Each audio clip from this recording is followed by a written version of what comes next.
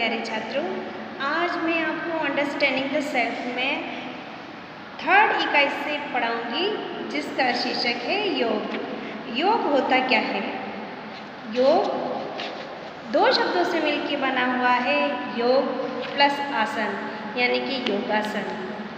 शरीर को नियंत्रित रखना या शरीर को व्यवस्थित रखना एक तरह का योग ही है। योग की 5 अवस्थाएं मानी जाती है: विक्षिप्त, मूढ़, क्षिप्त, एकाग्र एवं निरुद्ध। एकाग्र व निरुद्ध योग में लाभप्रद है। योग में चित्त वृत्तियों का भी अपना विशिष्ट महत्व होता है, यानी कि चित्त को नियंत्रण करना ही योग है। चित्त यानी कि इंद्रियां, जो प्रतिपल अपना रूप बदलती है और एक व्यक्ति को अलग अलग प्रकार से कार्य करने के लिए बाध्य करती है। अगर योग करेंगे तो इन वृत्तियों पर हम नियंत्रण करना सीख पाएंगे, यानी कि अधर्म और वासनाओं की उत्पत्ति होने पर ये वृत्तियाँ क्लेश कर देती है और ये क्या कहलाती है? क्लिष्ट कहलाती है। चित्त को प्रसन्न करने के उपाय: चित्त विक्षेप को रोकने के लिए योग दर्शन में एकाग्रता का अभ्यास तथा प्राणी मात्र के प्रति मैत्री, दुखियों के प्रति करुणा, पुण्यात्माओं के प्रति प्रसन्नता, पापियों के प्रति उपेक्षा या घृणा से चित्त को शांत करने के लिए कहा गया है। तो योग हम कह सकते हैं कि योग 2 शब्दों से मिलकर बना हुआ है, योग प्लस आसन, यानी कि इसका शाब्दिक अर्थ होता है जोड़ना, किसी वस्तु को अपने में जोड़ना, अर्थात किसी अच्छे कार्य में अपने को लगाना। कार्य के प्रकार जैसे शारीरिक कार्य होते हैं, मानसिक कार्य होते हैं, धार्मिक कार्य होते हैं या आध्यात्मिक कार्य होते हैं। योगासन का अर्थ योग प्लस आसन से मिलकर बना हुआ है, तो हम कह सकते हैं कि योग करने का उचित आसन योगासन कहलाता है।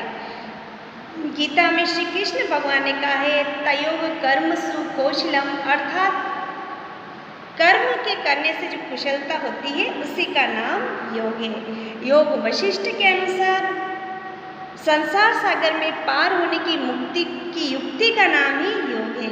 इसी प्रकार महर्षि पतंजलि ने कहा है कि योगश्चित्ति ही वृद्धि निरोध, यानी कि चित्त की वृद्धियों को रोकना ही योग कहलाता है।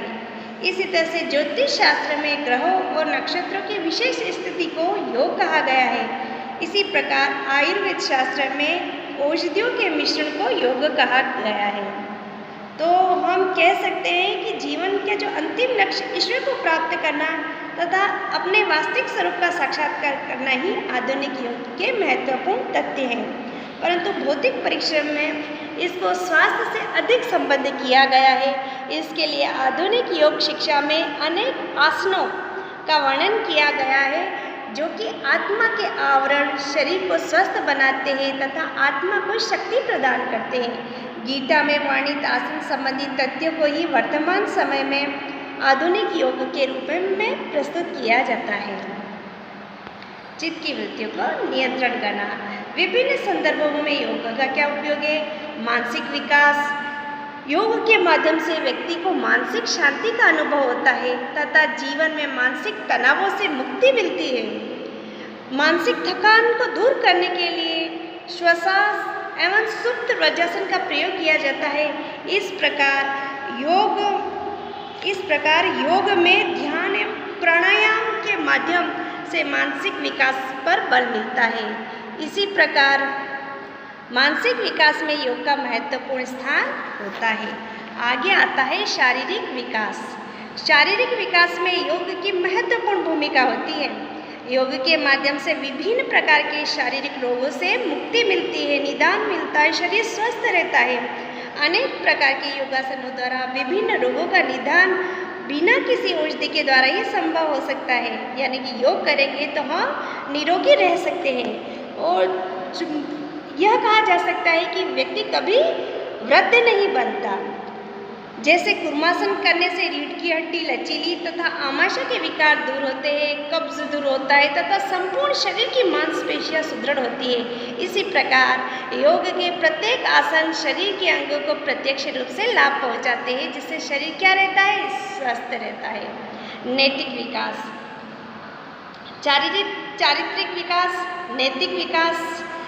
नैतिकता भारतीय संस्कृति का प्रमुख आधार है। नैतिकता से युक्त कार्यों को संपन्न करने के लिए स्वस्थ शरीर एवं स्वस्थ मन की आवश्यकता होती है। स्वस्थ शरीर एवं स्वस्थ मन के विकास से ही योग की भूमिका महत्वपूर्ण होती है।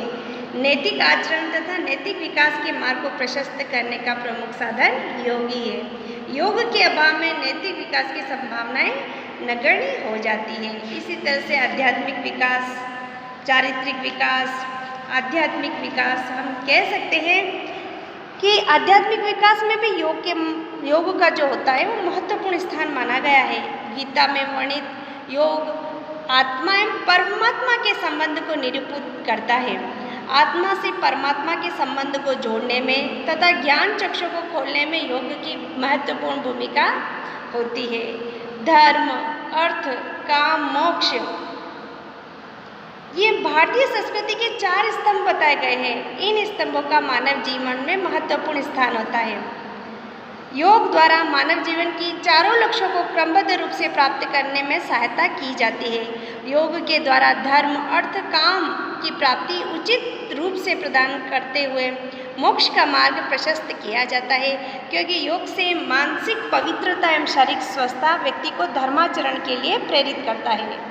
संतुलित विकास, संतुलित विकास में हम कह सकते हैं कि भारतीय संस्कृति में अति समृद्ध वजहते की अवधारणा प्रचलित है। भारतीय संस्कृति एवं सभ्यता सदैव से ही संतुलन के पक्ष में रही है। अतः संतुलित विकास की अवधारणा को योग के द्वारा पूर्ण किया जा सकता है। योग में प्रत्येक क्रिया मानव के लिए सभी पक्षों को संतुलित रूप से विकसित करती है। स्वस्थ शरीर, स्वस्थ मन, नैतिक आचरण, चारित्रिक विकास, सामाजिक गुण, रोग निवारण आदि क्षेत्रों में योग की सकारात्मक भूमिका होती है। इस भूमिका के कारण ही योग संतुलित विकास का महत्वपूर्ण साधन है। चिकित्सा में योग प्राचीन काल से वर्तमान समय तक रोग निवारक साधन के रूप में स्वीकार किया गया है। यानी प्राचीन चिकित्सा में भी इसको रोग निवारक माना गया है और आज भी हम यही मानते हैं। वर्तमान समय में स्वामी रामदेव जी की विभिन्न प्रकार की योगात्मक क्रियाएं आसनों के माध्यम से असाध्य रोगों को दूर करने का दावा कर रहे हैं। योग में संपन्न किए जाने वाले आसन मानव की अनेक शारीरिक व्याधियों को लाभ पहुंचाता है तथा उनको दूर करने का प्रयास करता है। जैसे सिंहासन में आवाज़ सुदृढ़ होती है, आँखों की शक्ति में वृद्धि होती है, छाती एवं गले के रोगों को लाभ पहुंचता है और टॉन्सिल संबंधी बीमारी में भी लाभ पहुंचता है। इस प्रकार हम कह सकते हैं कि आसनों के द्वारा विभिन्न प्रकार के रोगों का निवारण संभव है। दुखों का उन्मूलन भारतीय संस्कृति में भौतिक दुखों के शमन के लिए या नाश के लिए योग को सहायक साधन के रूप में स्वीकार किया गया है। सामान्य रूप से योग साधन ज्ञान, मनन, चिंतन एवं तर्क के द्वारा अनेक प्रकार के मानसिक दुखों का शमन किया जाता है। उदाहरणतः अनेक अवसरों पर जब व्यक्ति अपने परिजनों को मृत्यु एवं कष्ट की अवस्था में देखता है तो इस दुख के निवारण के लिए उसे योग का सहारा लेना पड़ता है। गीता में अर्जुन अपने परिजनों को युद्ध में मरने के भय से दुखी हो जाता है तो भगवान श्री कृष्ण द्वारा उसको विभिन्न प्रकार के योग साधनों के माध्यम से दुख एवं शोक मुक्त किया जाता है। इससे स्पष्ट होता है कि अनेक अवसरों पर दुख एवं शोक के निवारण में योग की महत्वपूर्ण भूमिका होती है।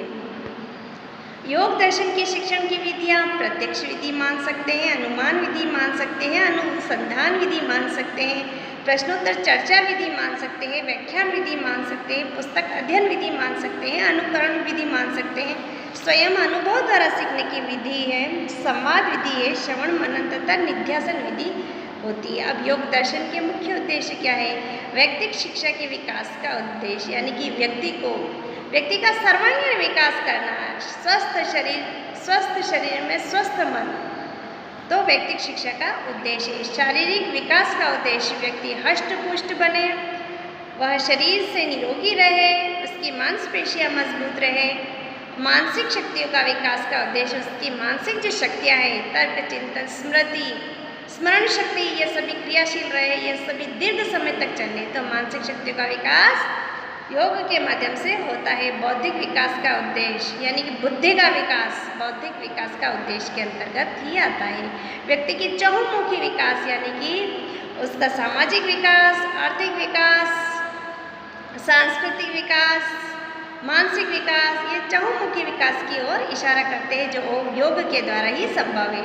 इसी तरह से मोक्ष प्राप्ति का उद्देश्य यानी कि आत्मा का परमात्मा से मिलन, जिसमें हम ओम का जो उच्चारण करते हैं, हमारी आत्मा परमात्मा में लीन हो जाती है। सांसारिक सुखों या सांसारिक जो भाव है उनसे छुटकारा पाना और अंत में उस परम शक्ति ईश्वर के पास जाने के लिए अपने मन को शुद्ध करना मोक्ष की प्राप्ति है और वह योग के द्वारा ही संभव है। सांसारिक दुखों से निवृत्ति के प्रयास का उद्देश्य, संसार में जो दुख है, जो इंद्रियां व्यक्ति के बस में नहीं होती है, तरह तरह के कार्य करने पर एक व्यक्ति को विवश करती है, मोह माया में फंसाती है। तो सांसारिक दुखों, यही तो जो इंद्रियां हैं जो सांसारिक मोह बंधन में बांधती है, उसी के कारण से दुख की उत्पत्ति होती है। मोह के कारण दुख की उत्पत्ति होती है और इस मोह को दूर करने के लिए हमें योग या मेडिटेशन करना चाहिए। आत्मसंतोष एवं आत्मनियंत्रण के विकास का उद्देश्य, आत्मसंतुष्टि मिलती है। अगर शरीर स्वस्थ रहेगा तो मन स्वस्थ रहेगा, मन के अंदर आत्मा संतुष्ट रहेगी। आत्मसंतोष हो, हम आत्मा इंद्रियों पे नियंत्रण कर पा रहे हैं, मन पे नियंत्रण कर पा रहे हैं, तो आत्मनियंत्रण के विकास का उद्देश्य भी हमें योग ही प्रदान करता है। अनुशासन की भावना का विकास का उद्देश्य, अनुशासन की भावना या स्वतः नियंत्रण, स्व अनुशासन की भावना हमें योग प्रदान करती है। तो आज इस कक्षा में इतना ही, जल्द ही मिलेंगे, तब तक के लिए धन्यवाद।